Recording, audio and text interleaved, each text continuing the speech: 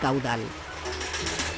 La retención solían situarse en relación con las presas. Eran elementos de regulación del caudal que permitían, en los puntos en los que se producía el cruce con cursos de agua, los ríos o fundamentalmente ríos de cierta magnitud, o en zonas de toma, donde tomaban las aguas el canal para avenar su cauce, que como podemos imaginar debía permanecer constante en unos límites más o menos homogéneos.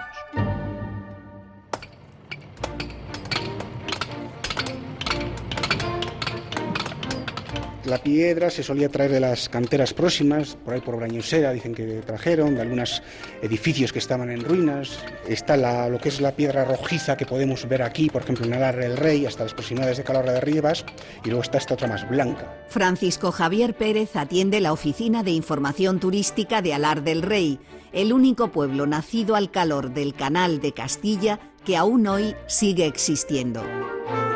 La localidad de Alar del Rey empieza a asentarse como núcleo de población en torno al Canal de Castilla, ya por el año 1795, porque era un terreno que pertenecía a las monjas cistercienses de San Andrés de Arroyo, y entonces hizo una compra y es como se empieza a fundar la población de Alar del Rey. Componen la población 12 casas diseminadas, siendo la mayor parte almacenes donde se depositan los granos y harinas que se extraen de Castilla para Santander. Diccionario Geográfico Estadístico Histórico de España por Pascual Madoz. Hay una posada, 2 manantiales de buenas aguas de que se surte el vecindario y una ermita en que se dice misa.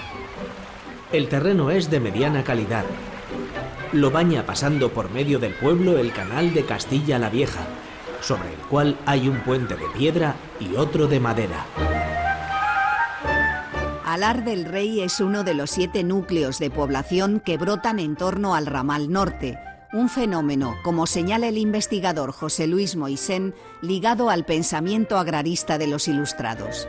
Por un lado, se repoblaban despoblados medievales, despoblados que habían sido abandonados en el siglo XIV, o por otro, se construían establecimientos ex novo que generalmente aparecían asociados a los grandes establecimientos industriales y las grandes obras de ingeniería que se disponen en torno al canal.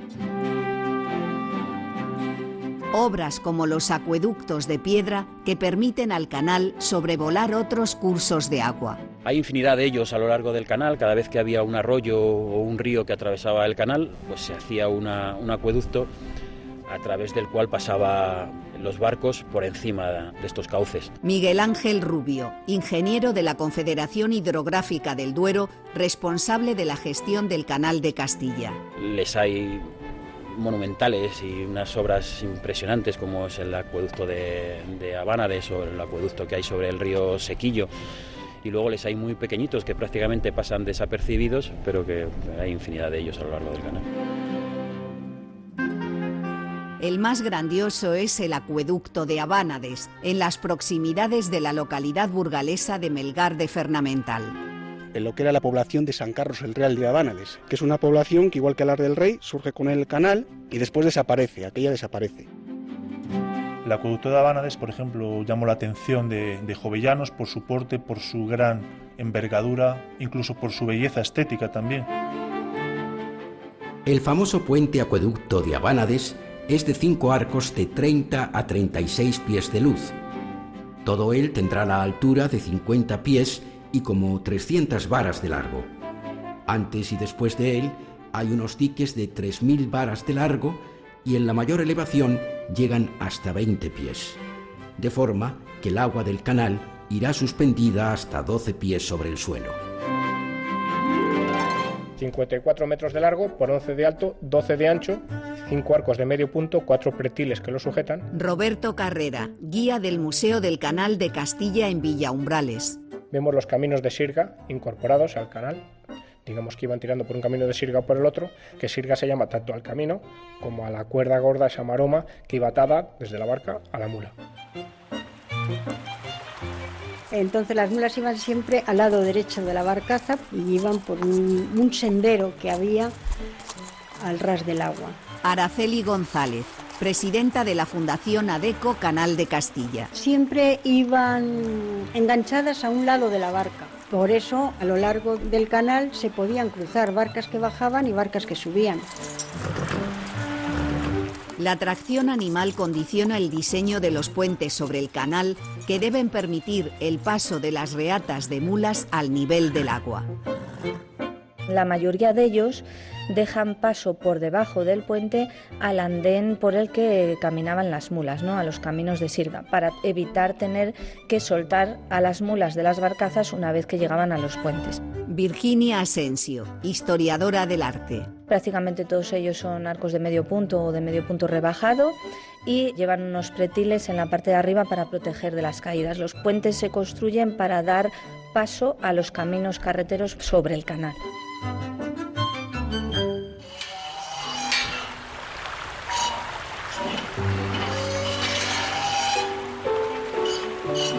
Una vía que para ser navegable requiere la construcción de esclusas, un invento de Leonardo da Vinci.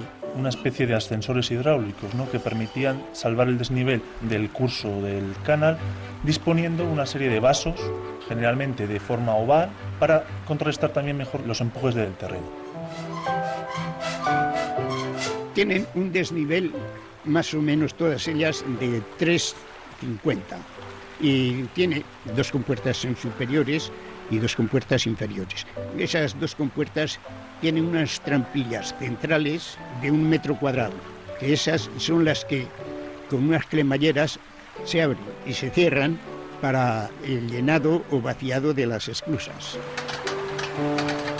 Emiliano Hinojal las ha atravesado con su barca en infinidad de ocasiones. Llegábamos nosotros y el mulero mismo se encargaba de ayudar al esclusero también a abrir y cerrar las compuertas, porque si no era una pejiguera el esclusero que tendría que andar pasando de un lado a otro para abrir las compuertas con los tornos. Una vez que estaba el barco dentro, se cerraban las compuertas, el nivel del agua iba bajando y con el nivel del agua iba bajando el barco hasta el nivel del punto de salida. Se volvían a abrir las compuertas contrarias y el barco salía. Si el barco quería hacer la operación contraria, la operación era la inversa. En casi todas las esclusas había pues una casa que llamaban la casa de esclusero y también una cuadra de arrastre para dejar las mulas. Por la noche estaba prohibido circular, tenían que aparcar en las cuadras de arrastre y si veían que en una no podían llegar, pues en la otra anterior. Lo llamativo es que en algunas ocasiones en puntos de especial desnivel se fueron encadenando y se formaron grupos de esclusas. Tenemos varios casos espectaculares como el de Fromista, donde incluso se dispusieron 4 esclusas seguidas, o Calahorra de Rivas, donde también se dispusieron 3.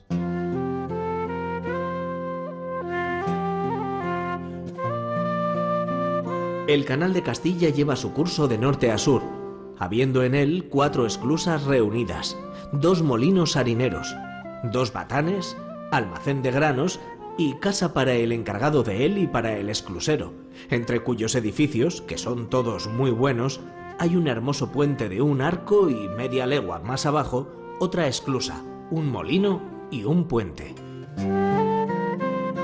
En su artículo dedicado a la localidad de Fromista, el diccionario geográfico Madoz retrata la existencia de pequeñas industrias que aprovechan la energía hidráulica del canal.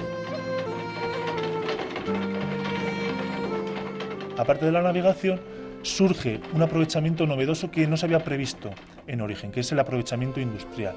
El establecimiento de diferentes artefactos industriales, molinos harineros, batanes, fábricas de papel, en sus inmediaciones para dar movimiento a su maquinaria y así producir una utilidad, una rentabilidad económica como aparece en la documentación de la época. El ingeniero y arquitecto Francisco Sabatini es el impulsor de estos nuevos usos a finales del siglo XVIII, cuando el canal está a punto de abrirse a la navegación.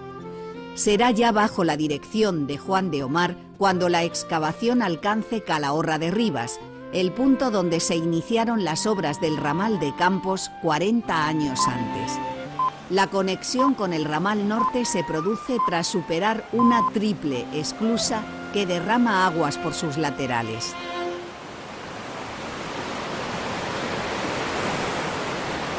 la excusa triple de Calahorra de Rivas, la intersección del canal con el río Carrión, el arranque del ramal Campos, es para mí el punto más bonito del canal.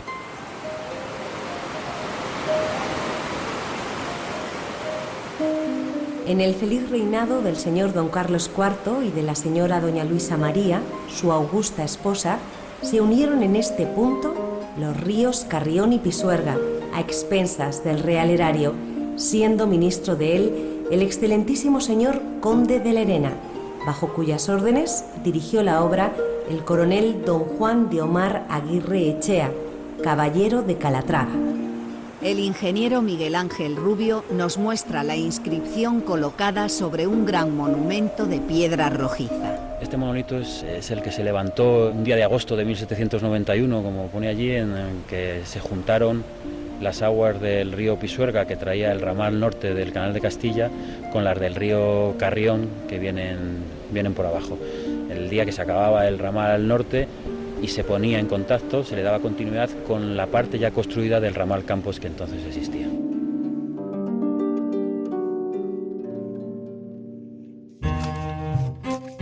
La dirección de la obra decide retrasar la conclusión del ramal de Campos para excavar primero la continuación hasta Valladolid, el prioritario ramal sur, que nace en el Serrón, un punto por el que pasa el ramal Campos, en la provincia de Palencia. El Canal de Castilla en sí no pasa por la localidad de Palencia. Sale un ramal que habitualmente llamamos el Ramalillo, un paseo precioso y que aconsejo a todo el mundo que lo hagan.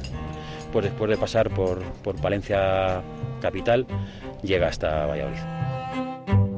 El canal, antes de concluirse, ya se abre a la navegación. Entonces, cuando se abre la dársena de Valladolid ya en 1835, ya el canal se está explotando como vía comercial navegable.